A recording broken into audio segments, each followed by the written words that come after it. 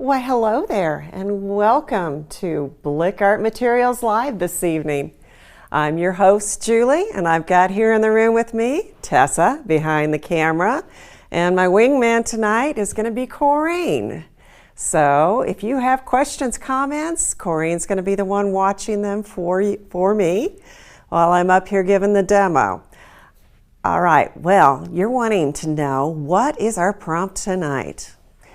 Because every time we give away a $100 e-gift card, and in order to get into that drawing, you need to, of course, be one of our followers on Facebook, which I'm sure you probably are already. If not, make sure you like and follow us so that every week you can get in on these great demonstrations. And tonight, I would like to know about your favorite art project back when you were in school. So think about when you were a kid, elementary school, middle school, high school, doesn't matter to me. What was your favorite project? Was there one thing that you just really tried out and said, hey, I love this. This is totally me. I'll tell you about mine, and then you tell me about yours.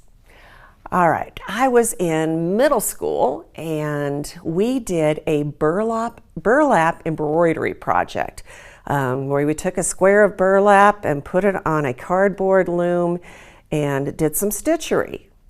Nothing great, but the thing that really spoke to me was I have this sister, you see, my older sister, Jill. If you're watching, excuse me, but Jill could do embroidery and she could do cross stitching.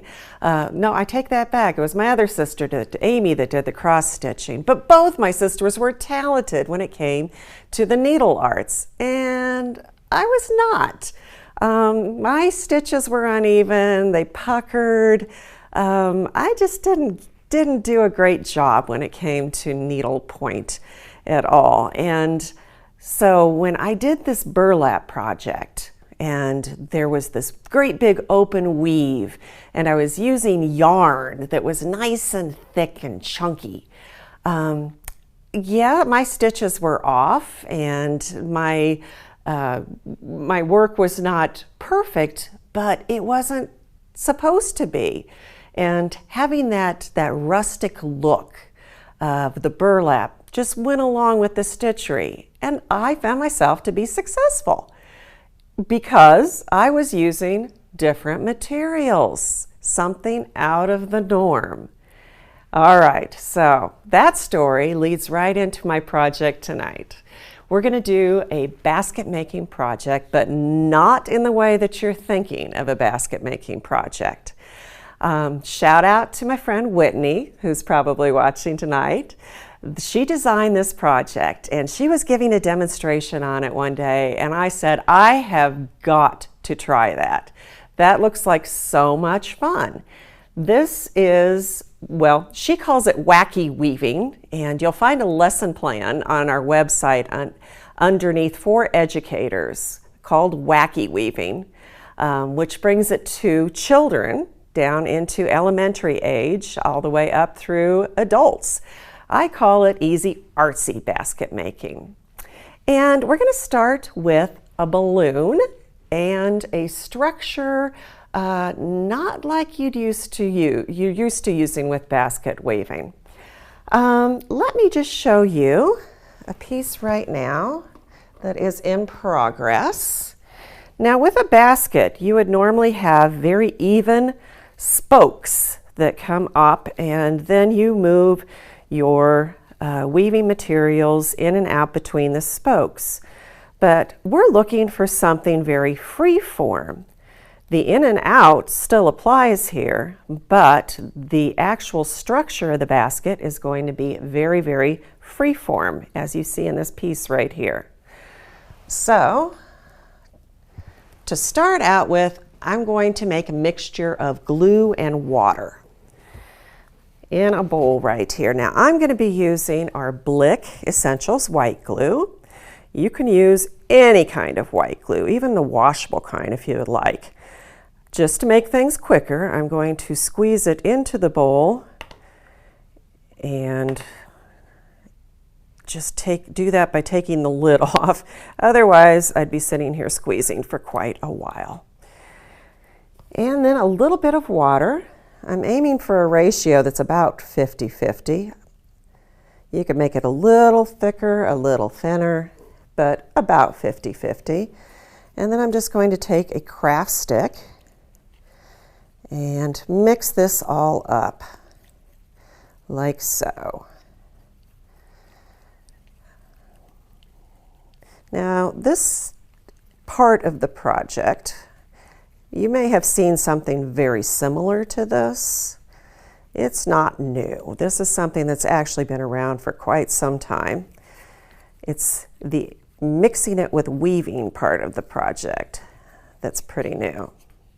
So Corinne, while I'm getting this all mixed up, and you could mix this up ahead of time, by the way, as well. If you were going to be doing this with a group, I would recommend that rather than take the time. So Corinne, tell me, has anybody mentioned a favorite project? Yeah, Laura would do paper mache monster masks. Laura mentioned that she did paper mache monster masks. That sounds like fun. That sounds like a great time. I'm assuming that is with the paper and the mache mix.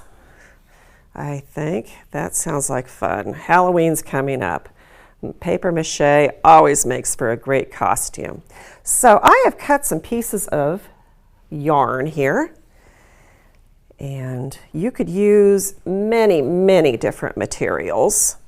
You could use jute twine, perhaps, is one of my favorites. You could use some cording, many different thicknesses of yarn. There's just all kinds of great yarn out there, but I have just placed these pieces into the glue mixture. Each piece is, maybe 2 feet, 24 inches, I think. A little larger than that, it gets a little harder to handle. But you notice I'm just soaking this up as much as possible. I could leave this to soak for a little while if I wanted to make sure that I really got it saturated in there. But I am going to move on here. I've covered my table. I've got a piece of cardboard underneath here. And I have a balloon already blown up, so you don't have to see me get red in the face here tonight on camera as I blow it up. And I'm just going to take one of these strings and take it out of the glue, work off any of the excess, really, that'll help it to be a little less drippy. And we're going to just freeform it onto the top of this balloon. You could make this all one color, of course, but I'm just being very creative tonight, we'll say, and I'm making multiple colors. Who else, Corinne? Who else have we heard from about their favorite projects? I'm really interested in hearing this from you guys. Betty remembers making a wire pig sculpture in school. Betty remembers making a wire pig sculpture in school. Hey, that sounds fun. Love wire sculpture. All right. Any others that are fun like that, or doesn't have to be? Sandy, she loved drawing pictures of her classmates. Oh, fun. Sandy loved drawing pictures of her classmates. That does sound fun. Now, you'll notice I am making it a point to go in all directions. I want to have these pieces really overlapping one another. It even helps, I've discovered, if you can kind of get underneath some of these ends, perhaps. But I really have no thought, no planning whatsoever. As a matter of fact, when I made some of these examples, I actually did a better job. Ooh, that's a long one. I actually did a better job of it when I didn't try to be neat and tidy. So there's a lesson right there. All right. Just kind of turn this around so I make sure I've got some good spots. But this will need to be set aside to to dry. And how long, you're wondering, is it going to take to dry? You're going to need overnight. It definitely is going to need to sit overnight. You can speed it up by putting it in front of a fan or something, but then you're going to be chasing a balloon across the room. So it really just needs to sit overnight. And I'm just going to tuck a couple more pieces up here and then set it aside. Give me a second while I clean off my hands a little bit. Because of course now they're coated with glue, which is going to be really fun to peel off later though, right? Anybody there like to peel glue off your fingers? All right, let's bring one over here that is dry. Okay, and I did mention that you need to cover your table because the glue drips off of the balloon off the side, and you want to make sure that you've got something underneath here, a piece of paper, cardboard, something like that. All right, so this piece is dry, and it would be absolutely lovely if I could just pop this balloon and I would have a basket form. And that could happen, it really could. But I've also had it happen where it collapses, like some of it sticks to the balloon and some doesn't, and I end up with a pile of strings and then have to figure out how to put it together. So that's no fun. Here's what I recommend you do to prevent that. Let's get our glue bottle out again. Find some little spots underneath here. I look for places where like multiple strings cross over each other. And I am just going to connect those, a few spots here and there. See, there's a good spot where I've got lots of strings. Can you see this okay? Have I got it under the camera well? This is a fun, I just noticed it's on a orange balloon with black thread. It kind of looks like a Halloween basket. I think that's where I'm going to end up with it. So I'm just looking for a few places. You don't need to make every single joint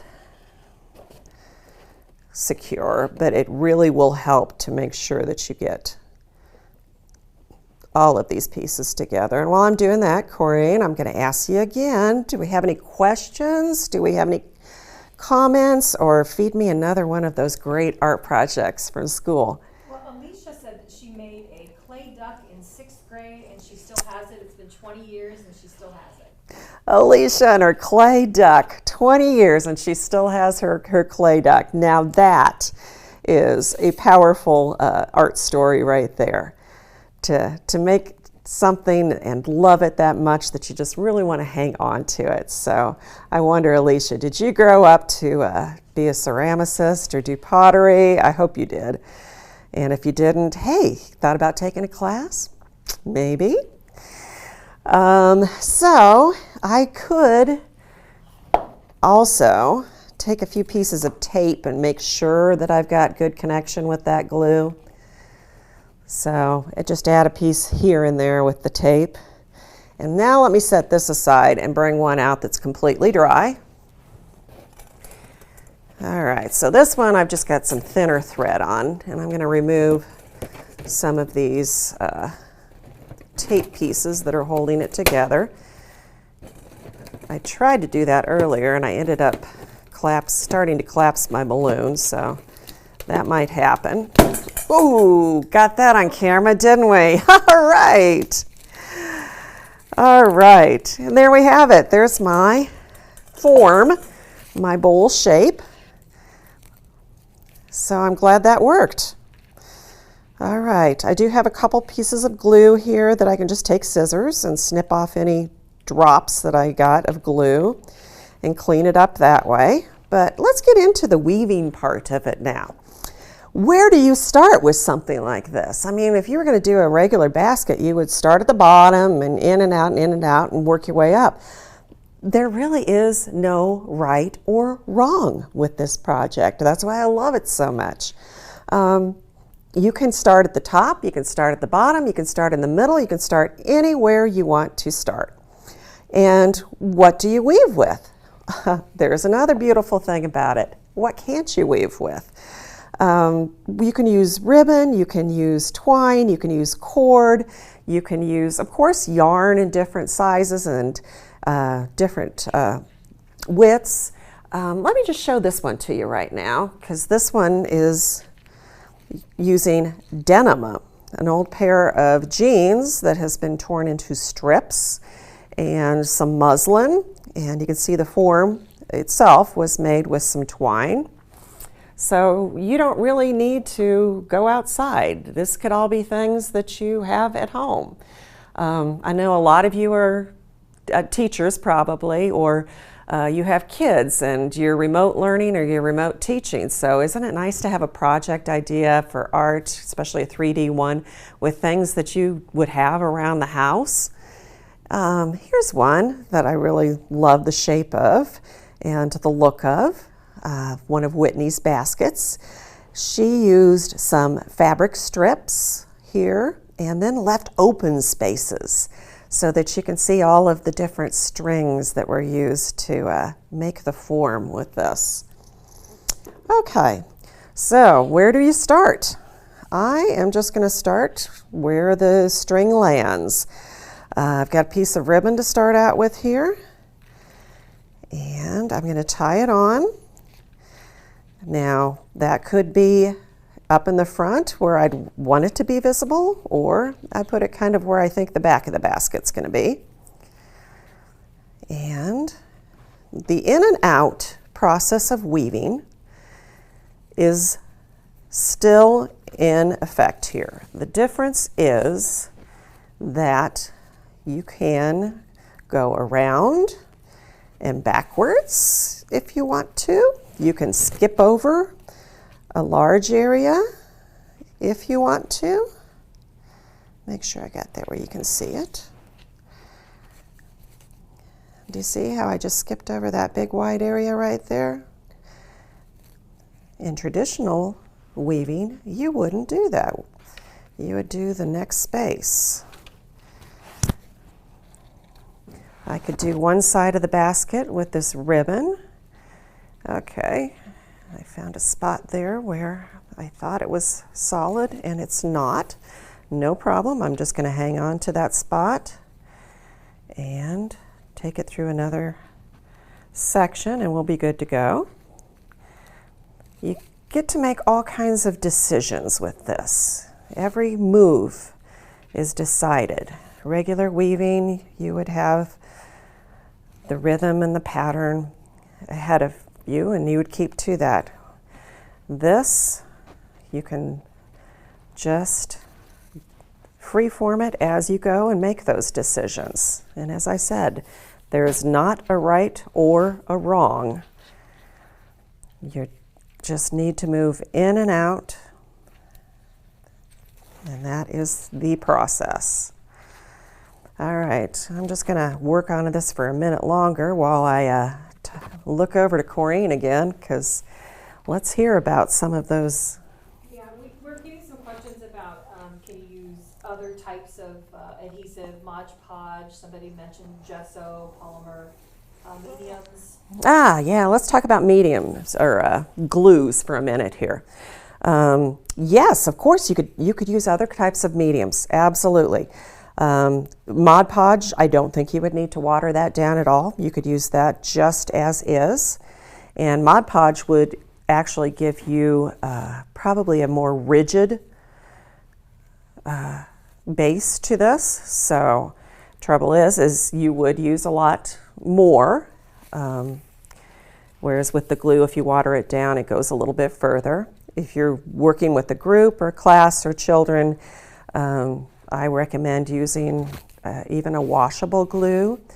You could use a craft glue, such as a Sobo or Eileen's. Those I would water down in order to get them to soak into the fabric a little bit more. What else were we talking about? Polymer gloss medium. That seems a little thick, so I think I would water it down as well. Gesso is going to give a white additive. So I'm going to say give it a try if that's what you want. If you want the whiteness of a gesso, it certainly would make it rigid, though not as rigid as, say, a polymer gloss medium or a Mod Podge medium. Pouring medium, that's another thing you could use. All right, any other questions? If you are just tuning in, we've got a prompt that we've put out there for you. We'd like to hear from you. What was your favorite project back in school, back in middle school, elementary school, junior high, whatever, during your school days? What was your favorite project? That one thing that really just made you go, hey, this is fun. I like this. I could do this forever. And if you do tell us what that project was, we're going to put you in the drawing for a $100 e-card, which we are starting to kind of get towards the end of this demonstration. So you want to hurry up, and if you haven't thought of what that project might be, and it could be coloring pages, it could be pumpkin carving, perhaps you did something like that. Doesn't really even have to be at school. Could be something that a parent or a grandparent taught you to do. So I can throw that out there too. What are we hearing about, Corinne? Well, Tina remembers salt dough ornaments. Oh, Tina, salt dough ornaments. I remember that too. Oh gosh, yes, those were fun. And then you'd seal it up with some Mod Podge or something like that, and eventually they would fall apart. Yeah, at least mine did.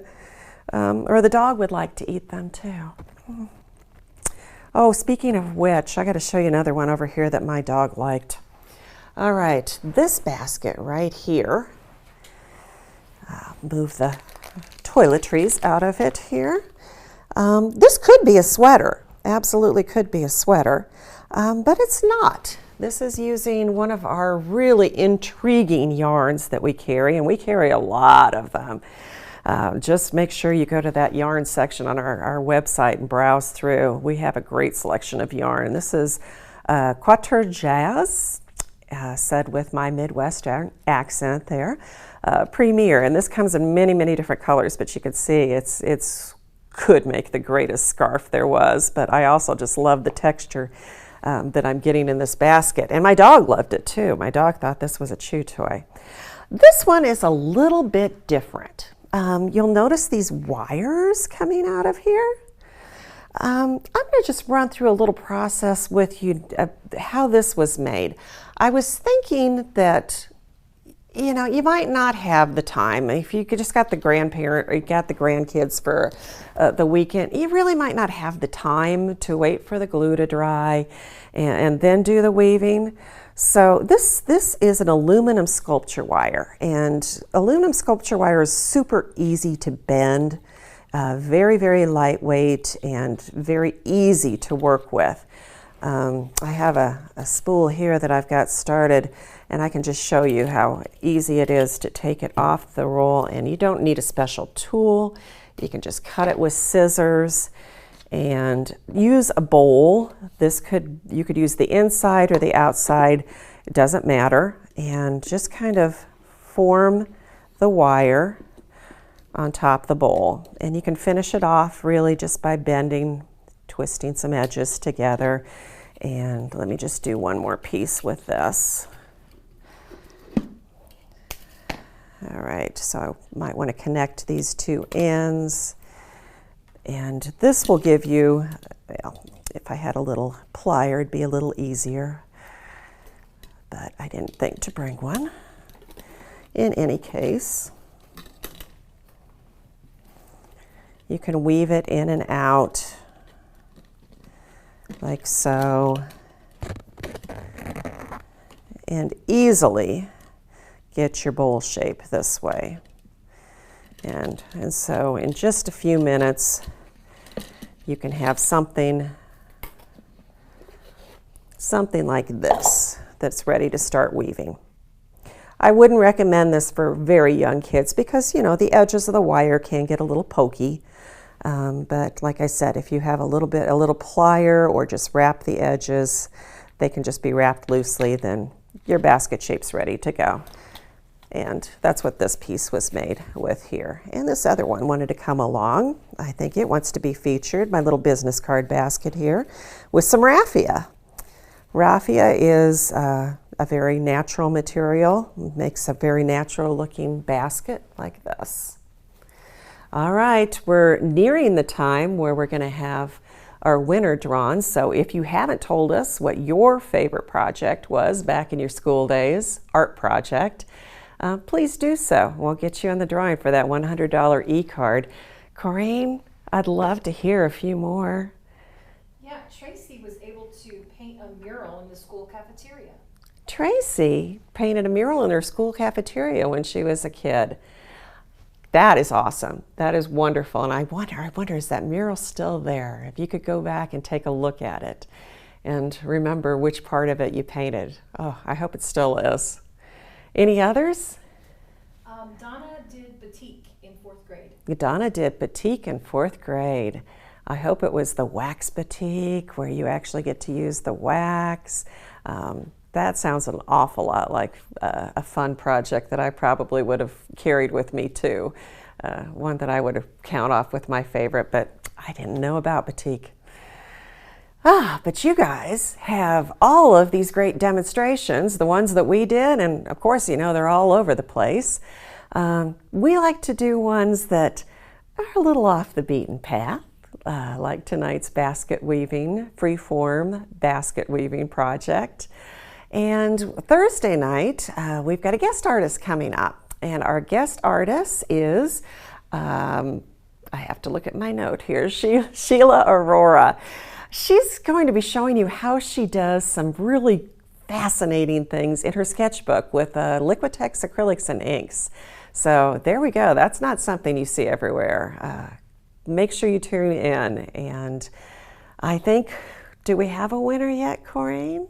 We do. Oh my goodness, we do. Yeah, Amy Riviera. Amy Riviera, you are the winner of our $100 e-gift coupon tonight. So just private message us and we'll find out where to send that. Everybody else, I hope you can join us Thursday night. I hope you enjoyed this basket making process. These would make some really great gifts for the holidays. If you happen to have some sentimental old clothing laying around, I have some embroidery pieces, handkerchiefs that were my grandmother's. I think those might be gifts for my family members, and I hope I just didn't reveal that and give that away. I hope you guys aren't watching. If not, you've got something to look forward to. Well, everybody, thanks for joining me, and we'll see you again next time.